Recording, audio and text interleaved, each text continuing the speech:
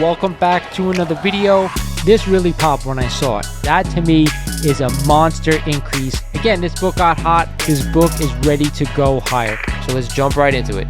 We are back today with another statue review from Diamond Select Toys. Without further ado, let's get into the review.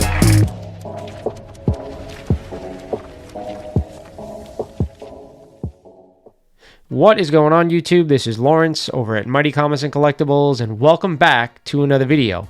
Today we're here for another Hot 10 breakdown of the week. If you guys aren't familiar with what I do in this video, I take the 10 hottest comics according to the Key Collector app, and I break them down one by one, letting you guys out there know if I'm a buyer here at these prices or if I'd be staying away or possibly even selling. One thing before we get started, if you haven't checked out my New York Comic Con 2022 videos that were just released, do yourself a favor, go check them out before you miss all the good stuff that we saw at New York Comic Con this year. With that said, let's get into the breakdown.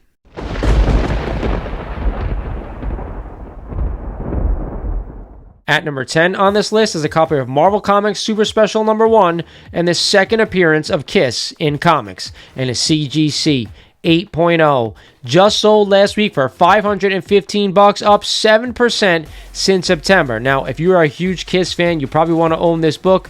Other than that, I really see no need in spending $500+ on a high-grade copy of this one. I'm staying away. I'm not a huge Kiss fan, but if you are out there and you want to add this book, be my guest.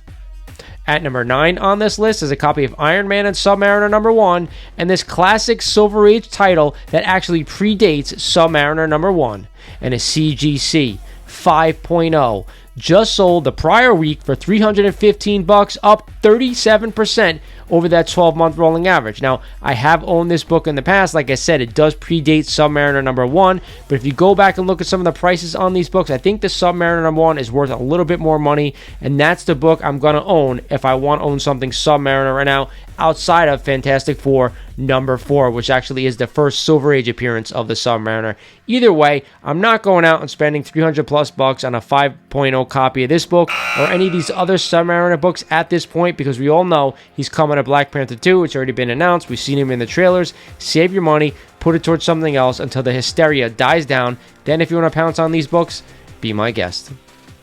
At number 8 on this list is a copy of Malibu Sun number 1, and the first cover and interior images of Spawn appear in this book, and a CGC 9.0. Just sold last week for $700, up over 11% over that 12-month rolling average. Now, there are many collectors out there who believe this is the first true appearance of Spawn, but I think a lot of them out there will stick to Spawn number 1. It's a lot cheaper. So many were printed back in the 90s when this issue first came out. But again, Malibu Sun number 1 is a lot harder to find, and I believe it's worth buying if you guys could find it in a decent grade.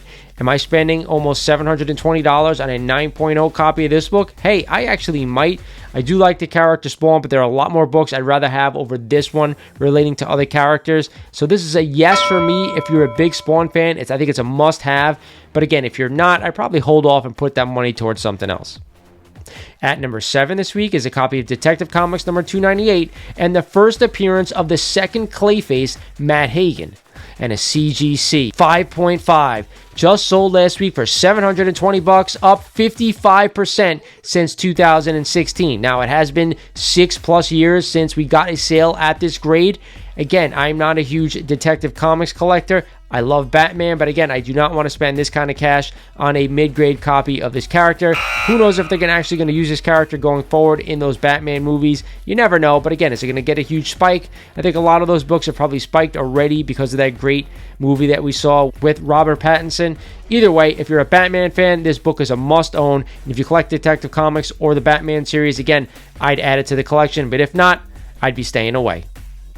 At number 6 on this list is a copy of New Mutants 87 and the first appearance of Cable and a CGC 9.8. Just sold the prior week for $675, up 12% over that 12-month rolling average. Now again, like Deadpool, I'm only buying this book in a CGC 9.8. And for a 9.8, I still think that's pretty cheap. 600 and something bucks for a really big character that I think a lot of people out there enjoy reading the comics.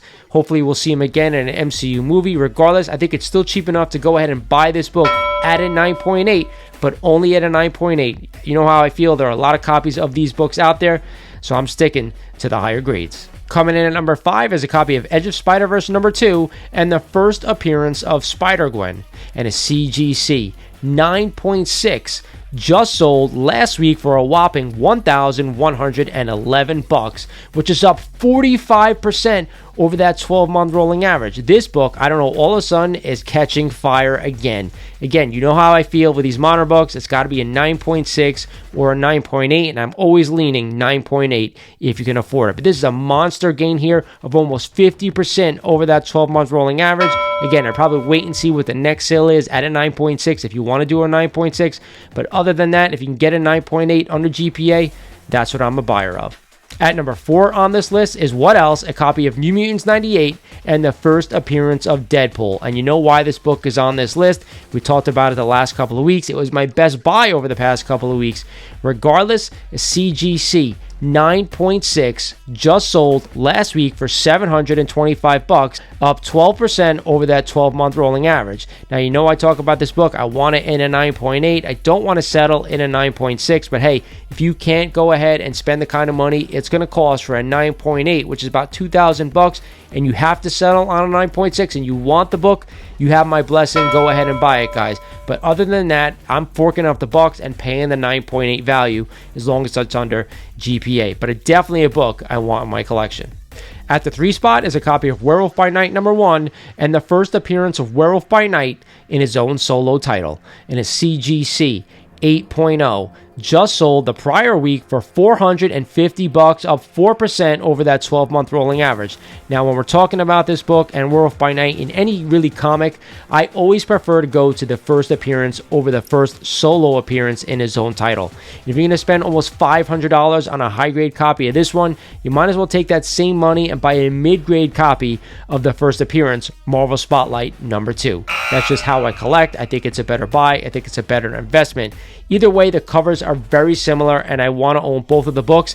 But if I'm going to take that money, I'm going to go ahead and put a Marvel Spotlight number 2, not in this one. So I'm going to say it's a no-go for me, guys. Coming in at number 2 is a copy of Swamp Thing number 37 and the first appearance of John Constantine, another book that was on the list last week. We got that confirmation that Keanu Reeves is going to be reprising his role as Constantine in an upcoming movie sequel, and a CGC 9.6. Just sold last week for $700, up 6% over that 12-month rolling average. Again, I am not a huge DC Constantine fan. I know a lot of people out there are. So for me, this book is a no-go. But hey, if you're a big Swamp Thing fan, a John Constantine fan, and you've been watching the movies and following the books, go ahead and spend the money on this one. There are sequels going to be coming out, and they'll probably do a third one after that. So it may be worth it to pick up this book. For me, I'm just not into it, so I'm staying away. And at the top spot, guys, What Else? It is a copy of Man-Thing number 1 and the first appearance of the Man-Thing in his true first solo title, and a CGC 9.0.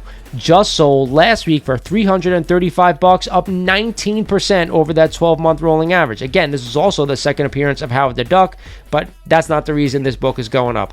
Regardless, I told you guys maybe about 3 to 4 months ago, before we got confirmation that Man-Thing was going to show up, that I'd be buying this book. Now it's too late to go ahead and buy it. I think it's way too much money to spend on a 9.0 copy of this one, guys. So for me, as I say, I'm staying away. That's it for the Hot 10 breakdown of the week. I hope you guys enjoyed this one. A lot of the same books, a few new ones, but either way, not a bad list. It is now time for my best buy of the week, and I'm going to go with Malibu Sun number 1 and the first appearance of Spawn. I used to want to collect this book back in the day when I found out that it was his true first appearance and there were images of him that actually predated Spawn number 1. But I never actually pulled the trigger on this book. I probably should have, because it has gone up a lot since then. But either way, I still think this is a good buy. Eventually, I do think we're going to get that Spawn movie that Todd McFarlane has been talking about. He's one of my favorite artists. So again, it's something I would always go see if he put out a Spawn movie, even though I'm not really into the character too much, but I do follow it a little bit. But either way, this is my best buy of the week. Hope you guys enjoyed this video, guys. This is Lawrence over at Mighty Comics and Collectibles saying thank you for watching, and I'll talk to you guys soon.